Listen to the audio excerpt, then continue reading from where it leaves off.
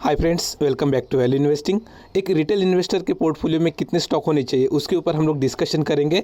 Video and होते होते आपके सारे डाउट्स क्लियर हो जाएंगे, आपको पता चल जाएगा कि आपके पोर्टफोलियो में कितने स्टॉक होने चाहिए। ठीक है, सबसे पहले अगर हम लोग देखें तो हर एक का पोर्टफोलियो अगर ऑब्जर्व करें तो कुछ ना कुछ हमें डिफरेंट चीज़ें मिल जाते हैं। किसी केस में हो सकता है कि ब्लू चिप स्टॉक्स ज़्यादा रहे, किसी केस में हो सकता है पेनी स्टॉक ज़्यादा रहे, किसी केस में हो सकता है कि हाई ग्रोथ वाले स्टॉक ज़्यादा रहे, किसी केस में हो सकता है कि जो स्मॉल कैप स्टॉक्स है वो ज़्यादा रहे, यहाँ पे वोलेटिलिटी ज़्यादा मिलेगी। किसी केस में हो सकता है लार्ज कैप स्टॉक ज़्यादा रहे। तो ऐसे डिफरेंट जो भी मतलब शेयर्स होते हैं डिफरेंट कैटेगरी के, इन सबको मिला के पोर्टफोलियो बनाया जाता है। अभी पोर्टफोलियो बनाने का पर्पज़ क्या है कि एक ही चीज़ के ऊपर या फिर एक ही सेक्टर के ऊपर हम लोग ज़्यादा डिपेंडेंट नहीं हो सकते, क्योंकि अगर उसने परफॉर्म नहीं किया और अगर मार्केट परफॉर्म करता रहा तो हमें ऐसा लगेगा कि हमारा पोर्टफोलियो बढ़ नहीं रहा है। तो वहाँ पे क्या होगा कि वो पर्टिकुलर रिटेल इन्वेस्टर फिर ऐसा सोचेगा कि यार कहीं गलत तो इन्वेस्टमेंट नहीं कर दिया या फिर कुछ गलत तो नहीं हो गया। इसकी वजह से वो क्या करेगा, फिर वहाँ से कुछ कंपनी से पैसा डाइवर्ट करने की कोशिश करेगा अदर पोर्टफोलियो में, अदर स्टॉक्स में। अभी इसको समझने के लिए हम लोग एक क्रिकेट टीम का एग्जांपल लेते हैं। ठीक है, मैंने एक ऐसा क्रिकेट टीम बनाया जहाँ पे मैंने बहुत अच्छे खिलाड़ियों को डाल दिया। रोहित शर्मा हो गया, के राहुल हो गया, विराट कोहली हो गया, धोनी हो गया, उसके साथ साथ युवराज सिंह, सुरेश रैना और बॉलर भी ऑसम वाले डाल दिए, रविंद्र जडेजा, उसके साथ साथ रविचंद्रन अश्विन, बुमराह, नटराजन, ऐसे कई सारे जो प्लेयर्स है क्वालिटी प्लेयर्स डाल दिए। अभी ऐसे अगर क्वालिटी शेयर्स अगर मैं मतलब क्वालिटी जो प्लेयर्स है वो अगर क्रिकेट टीम में डाल दिए तो हो सकता है कि आपके मैच मतलब लूज़ होने के चांसेस तो बिल्कुल भी नहीं रहेंगे, ऐसा नहीं बोलूँगा मैं, लूज़ हो सकते हैं। लेकिन जिस तरीके का क्वालिटी इन प्लेयर्स में तो क्वाइट पॉसिबल है कि इनका जो रेशियो रहेगा 80% जीतने का रहेगा, 20% लॉस करेगा। तो अभी जो ये वाले जाने माने खिलाड़ी हम लोगों ने देखा तो हमें पता है, तो उसी तरीके के अगर हम लोग क्वालिटी वाले स्टॉक रखेंगे, ठीक है, जिसमें आपको रिटर्न कम मिलेगा। अभी जैसे मैंने 80-20 का रेशियो बोला था ना, तो यहाँ पे क्या है, हमें रिटर्न कम मिलेगा। जैसे मान लीजिए 15 से 20% ही ईयरली मिलेगा, लेकिन आपका पोर्टफोलियो काफ़ी सेफ रहेगा। तो जिनको लगता है कि मतलब ठीक है मुझे इतना भी रिटर्न मिलेगा तो चलेगा, तो वैसे वाले प्लेयर्स जो वैसे वाले रिटेल इन्वेस्टर है क्वाइट पॉसिबल है वहाँ पे नंबर ऑफ स्टॉक्स ज़्यादा रख सकते हैं। मैं क्यों बोल रहा हूँ, क्योंकि जो जिस क्वालिटी के आप स्टॉक्स ऐड कर रहे हैं ना, तो मैटर नहीं करेगा आपके पास अगर ज़्यादा भी स्टॉक है तो, ठीक है, क्योंकि वो लार्ज कैप स्टॉक्स है और अच्छे ब्लू चिप्स जब आप ढूंढेंगे ना शेयर, तो आप क्वालिटी वाले शेयर ही ऐड करिए ऐसे पोर्टफोलियो में। तो यहाँ पे हो सकता है कि क्वांटिटी 20 से लेकर 30 भी रहे, क्योंकि ऑलरेडी अगर निफ्टी 50 देखें तो उसमें तो 50 स्टॉक है, और निफ्टी 50 के अलावा अगर हम लोग नेक्स्ट निफ्टी 50 देखें तो वहाँ पे 50 स्टॉक है। तो मुझे बताइए इसमें से एटलीस्ट 20 या 30 भी स्टॉक अच्छे नहीं रहेंगे क्या? ये तो मैं अभी निफ्टी 50 और नेक्स्ट निफ्टी 50 की बात कर रहा हूँ। मिड कैप स्मॉल कैप जो है मतलब इसमें कुछ आएगा, लेकिन इसके अलावा भी तो बहुत सारे स्टॉक्स है, बहुत सारे सेक्टर्स ऐसे, बहुत सारे जो कैप्स है वैसे कि जहाँ पे भी अच्छे प्लेयर हमें मिल जाते हैं। तो क्या आप यहाँ से ऐड नहीं करेंगे? तो डेफिनेटली जुनाइनली अगर आपके पास अगर जो लार्ज कैप सेगमेंट के स्टॉक्स ज़्यादा है तो डेफिनेटली आप जो छोटे मोटे स्टॉक्स हैं उनको भी जगह दे सकते हैं। तो उनके लिए एक थोड़ा सा नंबर वैरी कर सकता है। अभी आपको नंबरिंग कैसे अलॉट करना चाहिए उसको मैं आपको समझाता हूँ। अभी मैं आपको काफ़ी सिंपल एग्जांपल देता हूँ, ठीक है। अभी मैं एक इंडस्ट्री पकड़ लेता हूँ, लेट्स से आईटी इंडस्ट्री, ठीक है। तो आईटी इंडस्ट्री में मैं क्या करता हूँ, क्या मुझे लार्ज कैप में कोई अच्छा स्टॉक मिलेगा? तो डेफिनेटली लार्ज कैप में तो बहुत सारे स्टॉक है, टीसीएस है, इन्फोसिस है, उसके साथ साथ एचसीएल टेक्नोलॉजी है, विप्रो है, इसके साथ साथ और भी कुछ स्टॉक्स हो सकते हैं, ये जाने माने नाम। दूसरा, क्या मुझे मिड कैप सेगमेंट में कुछ स्टॉक्स मिल सकते हैं? डेफिनेटली कोफोर्ज है, उसके साथ साथ अगर हम लोग देखें तो एलटीआई है, इसके साथ साथ और देखें तो माइंट्री है, एम्फासिस है, ऐसे कई सारे मिड कैप सेगमेंट के भी स्टॉक्स मिलेंगे। क्या मुझे इसमें जो स्मॉल कैप है उसमें कुछ मिल सकते हैं? तो डेफिनेटली केपीआईटी है। फिलहाल अगर इसके पहले हम लोग देखें तो हैप्पीएस्ट माइंड भी 5500 मार्केट कैप का ही था, ये अभी जंप होकर mid cap large cap segment में आ गया, तो हैप्पीएस्ट माइंड भी है। उसके साथ साथ अभी ये वाला लेटेंट व्यू आ रहा है, वो भी एक स्मॉल कैप सेगमेंट में आता है, और भी कई सारे हमें स्टॉक्स ऐसे मिल सकते हैं। तो अभी मैं क्या करता हूँ, एक आईटी इंडस्ट्री ले लिया, आईटी में मुझे लार्ज कैप, मिड कैप और स्मॉल कैप, इसमें मुझे फाइंड आउट करने बेस्ट शेयर कौन से है, ठीक है। यहाँ पे अगर मुझे ऐसे लगा कि मैं एक अलॉट कर सकता हूँ लार्ज कैप में तो एक कर दिया, मिड कैप में एक और स्मॉल कैप में एक। मिड कैप और स्मॉल कैप में जब आप अलॉटमेंट कर रहे हैं ना, तो आप शेयर को केयरफुली देखिए, चीज़ों को समझिए, स्टडी करिए कंपनी के बारे में, कैसे रिवेन्यूज़ है उनके वाले फाइनेंशियल्स देखिए, उसके बाद ही इन्वेस्ट करिए, क्योंकि यहाँ पे थोड़ा सा वोलेटिलिटी दिख सकता है। तो काफ़ी ज़्यादा रिसर्च करने के बाद अगर आपको मिलता है तो आपको ये तो लगेगा कि एटलीस्ट हम लोगों ने रिसर्च किया है, स्टडी किया है, उसके बाद ही यहाँ पे इन्वेस्टमेंट किया है करके, ठीक है। तो यहाँ पे आईटी में तो हमें 3 मिल गए, ठीक है। कोई माइक्रो कैप भी है क्या, तो माइक्रो कैप भी रहेगा, तो यहाँ पे आप छोटा मोटा इन्वेस्टमेंट कर सकते हैं, बहुत ज़्यादा नहीं करना है, छोटा सा इन्वेस्टमेंट करना है, बिलो 1% या 1% भी कर सकते हैं, यहाँ पे 1-2%, यहाँ पे 2-3%, यहाँ पे 4-5%, ऐसा करके आप पर्टिकुलर एक इंडेक्स को इंडाइसेस मतलब एक इंडस्ट्री को फॉलो कर सकते हैं। अभी लाइक मैंने आईटी में अगर 10% का वेटेज देना चाहता हूँ तो आप अपने अकॉर्डिंगली जो हाई ग्रोथ वाले वो मिड कैप और लार्ज कैप को ज़्यादा एक्सप्लोर कर सकते हैं, मिड कैप और स्मॉल कैप को ज़्यादा एक्सप्लोर कर सकते हैं, लार्ज कैप में थोड़ा सा कम अलोकेशन रख सकते हैं, लेकिन यहाँ पे उसका टेंडेंसी ये रहनी चाहिए कि मैं वोलेटिलिटी के साथ एडजस्ट कर लूँगा करके। ये अगर आप में है तभी आप इसको ज़्यादा अलॉटमेंट दे सकते हैं, इसको थोड़ा सा मीडियम दे सकते हैं, इसको तो काफ़ी कम देना है। जो लोग सिक्योर चाहते हैं यहाँ पे ज़्यादा दीजिए, यहाँ पे थोड़ा सा कम, यहाँ पे और उससे कम, और यहाँ पे तो ना के बराबर, ठीक है। तो आईटी में क्या इस टाइप के निकल सकते हैं, तो डेफिनेटली निकले थे। केमिकल का अगर हम लोग एग्जांपल देखें केमिकल इंडस्ट्री का, तो क्या केमिकल इंडस्ट्री में भी ऐसा कुछ है, तो लार्ज कैप में हमें दिखाई देता है पिडिलाइट है, उसके साथ साथ दीपक नाइट्राइट काफ़ी प्रॉमिसिंग एक लगता है प्लेयर, उसके साथ साथ एसआरएफ है। इन तीनों में से आप जो चाहे वो वाला कंपनी आपके बेसिस पे चूज़ कर सकते हैं, यानी ये केमिकल में हम लोगों ने देखा, ठीक है। तो केमिकल में लार्ज कैप में मिल गया हमें। मिड कैप में कोई है क्या, तो मिड कैप में डेफिनेटली इमर्जिंग कंपनीज काफ़ी दिखाई दे रही है, जिसका मार्केट कैप ऑलमोस्ट 8,000-9,000 से ऊपर का दिखाई देता है। तो लक्ष्मी ऑर्गेनिक हो गई, उसके साथ साथ अगर हम लोग देखें रोसारी है, उसके साथ साथ अगर हम लोग देखें तो क्लीन साइंस निकल के आता है, इसके साथ साथ और अगर हम लोग देखें तो ऐसे कई अल्काइल अमाइंस हो गया, बालाजी अमाइंस हो गया, कई सारे स्टॉक्स ऐसे हैं जो कि हमें इस सेगमेंट में भी देखने के लिए मिलते हैं। क्या कोई स्मॉल कैप में स्टॉक है, तो डेफिनेटली स्मॉल कैप में भी हमें कुछ स्टॉक्स दिखाई देते हैं। One of the promising stock अभी के लिए जो दिखाई दे रहा है वो यशो इंडस्ट्रीज़ है, और अगर हम लोग इससे भी अगर छोटा देखें माइक्रो कैप, तो ब्लैक रोज इंडस्ट्री, यशो इंडस्ट्रीज उसके अंदर आ सकता है। और यहाँ पे फाइन ऑर्गेनिक्स वगैरह भी हम लोग ये मतलब जो मिड कैप है वहाँ पे कंसिडर कर सकते हैं उसको। तो केमिकल में भी हमें 3 एटलीस्ट देखने के लिए मिलता है, मतलब एक लार्ज कैप और एक स्मॉल कैप और एक ये मिड कैप और एक स्मॉल कैप, ठीक है। तो यहाँ पे आईटी का अगर एग्जांपल देखूँ मैं, तो वहाँ पे मुझे 3 मिल गए, 3 से ज़्यादा ही है इवन। उसके साथ साथ अगर हम लोग केमिकल देखें तो उसमें भी 3 है। तो अभी आपको क्या करना है कि आपका जो पोर्टफोलियो है, ठीक है, अभी ये वाला बहुत केयरफुल है, आपका जो पोर्टफोलियो है उसको एक काम करना है, आपके इसमें इंडस्ट्रीज़ कौन सा ऐड किया है वो देखना है। तो ऐसे आप 8-10 जितना भी चाहिए आपको वो आप ऐड कर सकते हैं, ठीक है। तो अभी यहाँ पे क्या करिए आप लार्ज कैप, यहाँ पे इंडस्ट्री का नाम लिखना है, और यहाँ पे लार्ज कैप, मिड कैप और स्मॉल कैप, ऐसा थोड़ा सा एक्सरसाइज करना पड़ेगा।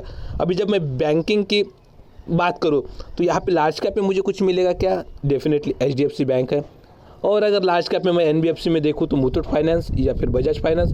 मुझे और दूसरी जगह पे जाने की ज़रूरत ही नहीं है, क्योंकि ये फाइनेंशियल वाला सेगमेंट है, हम लोग थोड़ा सा जो ये है सेफ्टी है उसके ऊपर ज़्यादा ध्यान देंगे। आईटी की जब बात कर रहे हैं तो हम लोग हो सकता है TCS इन्फोसिस एक ले ले, माइंट्री कोफोर्ज एक जो भी चाहिए वो ले ले। स्मॉल कैप में हैप्पीएस्ट माइंड्स या फिर जो और थोड़ा सा KPIT हो गया, या फिर और दूसरा मतलब जो भी आपको सही लगे उसमें, तो वो वाला आपने सिलेक्ट कर लिया। तो यहाँ पे 3 शेयर सिलेक्ट हो गया। अभी हो सकता है अगर आपके पास पैसा ज़्यादा तो एक आध और एडिशनल लार्ज कैप में डाल दिया, या फिर हो सकता है लार्ज कैप में पसंद नहीं आया मिड कैप में एक डाल दिया, या फिर मिड कैप में पसंद नहीं आया स्मॉल कैप में। तो यहाँ पे 3, ये वाला आईटी का हो गया, फिर ये वाला हो गया बैंकिंग, उसके साथ साथ केमिकल का एग्जांपल, उसके साथ साथ सीमेंट वाला अगर आपको सेक्टर पसंद होगा, इंफ्रा वाला पसंद होगा, उसके साथ साथ कुछ अगर आपको लाइक हम लोग अगर ये बोले मतलब अलग अलग वाले जो भी इंडाइसेस रहेंगे अलग अलग कैटेगरी के, ठीक है। तो वो कैसे फाइंड आउट करना है वो भी मैं आपको बताऊंगा थोड़ी देर में, मतलब कहाँ पे मिल सकता है। तो ऐसे आप सबसे पहले तो जो है अपने डिफरेंट सेक्टर्स डिफाइन कर लीजिए। यहाँ पे इंश्योरेंस का भी आ सकता है, ठीक है, डिफरेंट। अभी मैं अगर इंश्योरेंस एग्जाम्पल अगर लूँ इंश्योरेंस इंडस्ट्रीज़ का, लाइफ इंश्योरेंस का, तो मैं यहाँ पे HDFC या फिर ये जो है SBI लाइफ, उसमें से एक को ही चूज़ करूँगा। मैं अदर में क्यों जाऊँगा, तो इस इंडस्ट्रीज़ में मेरे पास एक ही हो गया, जहाँ पे मुझे मल्टीपल ऑप्शन मिल रहे हैं और वहाँ पे अच्छे ऑप्शन अवेलेबल है, तो डेफिनेटली मैं उतना लूँगा। तो सबसे पहले अभी आपको अभी क्लियर हो जाएगा कि आपके पोर्टफोलियो में स्टॉक कितने होने चाहिए। सबसे पहले आपके पोर्टफोलियो में कितने सेक्टर्स चाहिए जो कि अच्छा खासा ये दे सकते हैं, मतलब आपको रिटर्न्स दे सकते हैं आने वाले टाइम पे, सबसे पहले वो देखना है। उसके साथ साथ आपके उस पर्टिकुलर सेक्टर में कितने स्टॉक्स आप ऐड कर सकते हो सकता है ज़्यादा भी रहे। आप इनिशियल जब एक्सरसाइज करेंगे ना तो उस टाइम पे आप ज़्यादा भी निकालिए, उसमें से फिर आप फिल्टर आउट करिए, ठीक है। उसके बाद किसी सेक्टर में 3 आ सकते हैं, किसी में 2, किसी में 1, किसी में 2, किसी में 1, फिर 3। तो ऐसे करके आपके कंटिन्यूसली रनिंग वाले जो सेक्टर है ना उसमें कितने स्टॉक्स आ रहे हैं वो देखिए, और उसके अकॉर्डिंगली आप देखिए कि अच्छा ठीक है इतने स्टॉक्स हमें लग सकते हैं। लेकिन यहाँ पे एक केयरफुल चीज़ है कि आप जब भी स्टॉक सिलेक्शन करें ना तो वो वो क्वालिटी स्टॉक्स का ही करिए, क्योंकि ये बहुत मैटर करता है आने वाले टाइम पे। आपके पास अगर क्वालिटी है ना, तो डेफिनेटली आपको डरने की उतनी ज़रूरत नहीं रहेगी जितने जिसके पास नॉन क्वालिटी शेयर्स है। इसीलिए आप क्वालिटी पे ज़्यादा फोकस करिए, क्वांटिटी थोड़ा सा प्लस माइनस हुआ तो भी चलेगा। अगर मैं मेरे पोर्टफोलियो की बात करूं तो मेरे पास 20 से लेके 22 स्टॉक्स है, ठीक है। अभी यहाँ पे आप बोलेंगे 20 से 22 स्टॉक्स सर ज़्यादा नहीं हुए क्या, या फिर कोई बोल सकता है कम नहीं हुए क्या। तो मेरा स्ट्रेटेजी मैं बता दूँ, मैं स्मॉल कैप और माइक्रो कैप्स को भी एक्सप्लोर करता हूँ, लेकिन यहाँ पे मेरा वाला वेटेज 1 से लेके मैक्सिमम 2% रहता है। जब ये ऊपर चले जाते हैं तो फिर मैं और नया कोई स्मॉल कैप या माइक्रो कैप शेयर जो है उसको ढूंढता हूँ।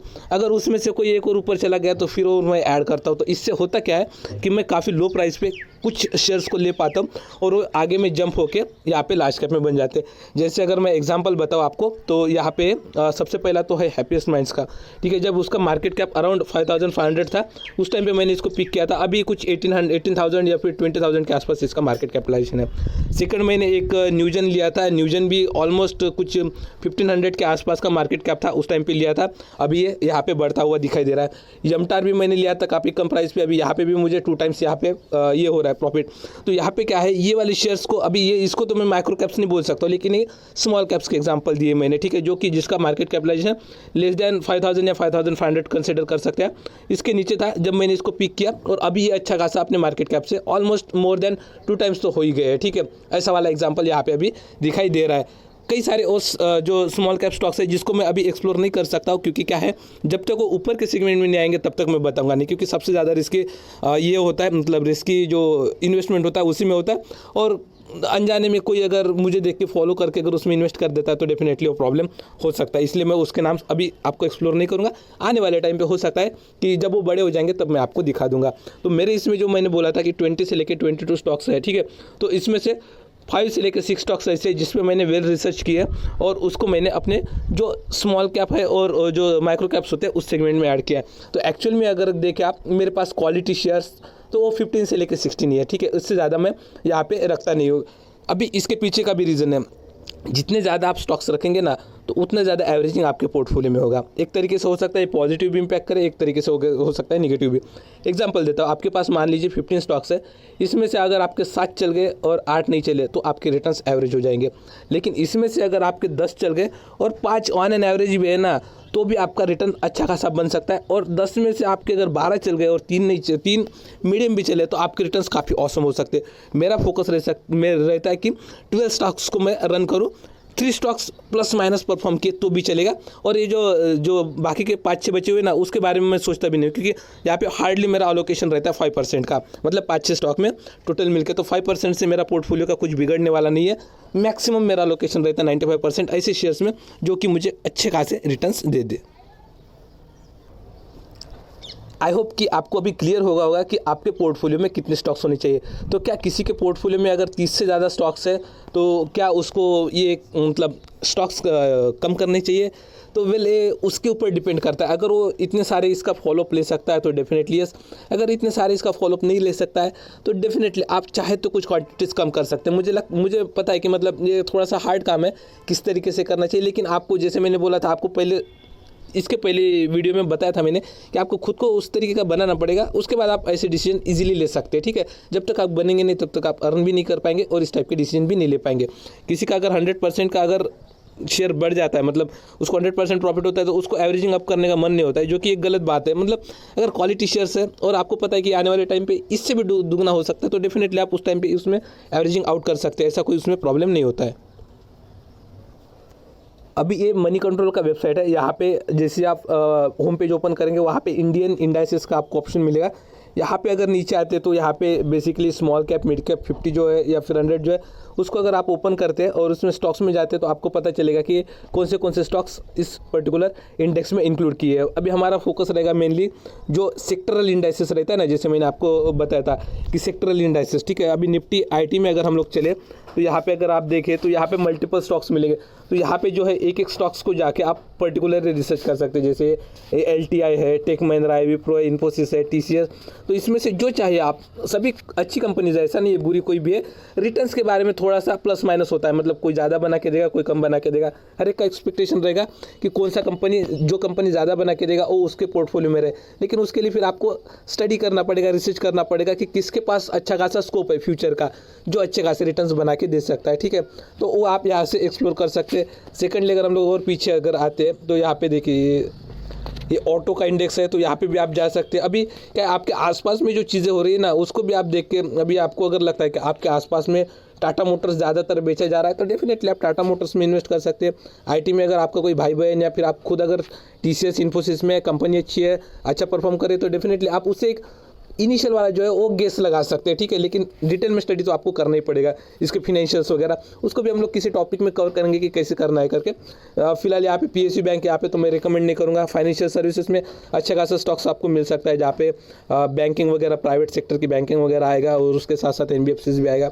फार्मा सेक्टर का कोई स्टॉक आप इंक्लूड कर सकते हैं। FMCG हो गया, उसके बाद रियल्टी का भी थोड़ा सा, इंफ्रा का आ सकता है आने वाले टाइम पे, बूम वगैरह थोड़ा बहुत हो तो यहाँ पे अगर आप चाहे तो कुछ अलॉटमेंट चाहे तो एक हाथ शेयर में देख सकते हैं। मीडिया में मत जाइए, एनर्जी में भी इतना खास कुछ दम नहीं है। प्राइवेट बैंक के शायद वहाँ से डिफरेंट है, उसमें NBFC कवर थे, प्राइवेट में आप इन्वेस्ट करिए। और अगर थोड़ा सा हम लोग नीचे आए तो कमोडिटी वगैरह इसमें कुछ करने की ज़रूरत नहीं है।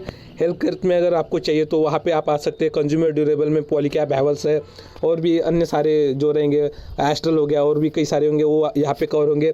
ऑयल एंड गैस में भी आप एंटर मत करिए। तो आप सबसे पहले जो है आपके पोर्टफोलियो में, अगर आपका पोर्टफोलियो ऑलरेडी बिल्ड नहीं है तो आप आइडेंटिफाई करिए कौन से सेक्टर को इंक्लूड करना है। अगर ऑलरेडी बिल्डअप है तो आप हर एक स्टॉक को पर्टिकुलरली उस सेक्टर में डालिए।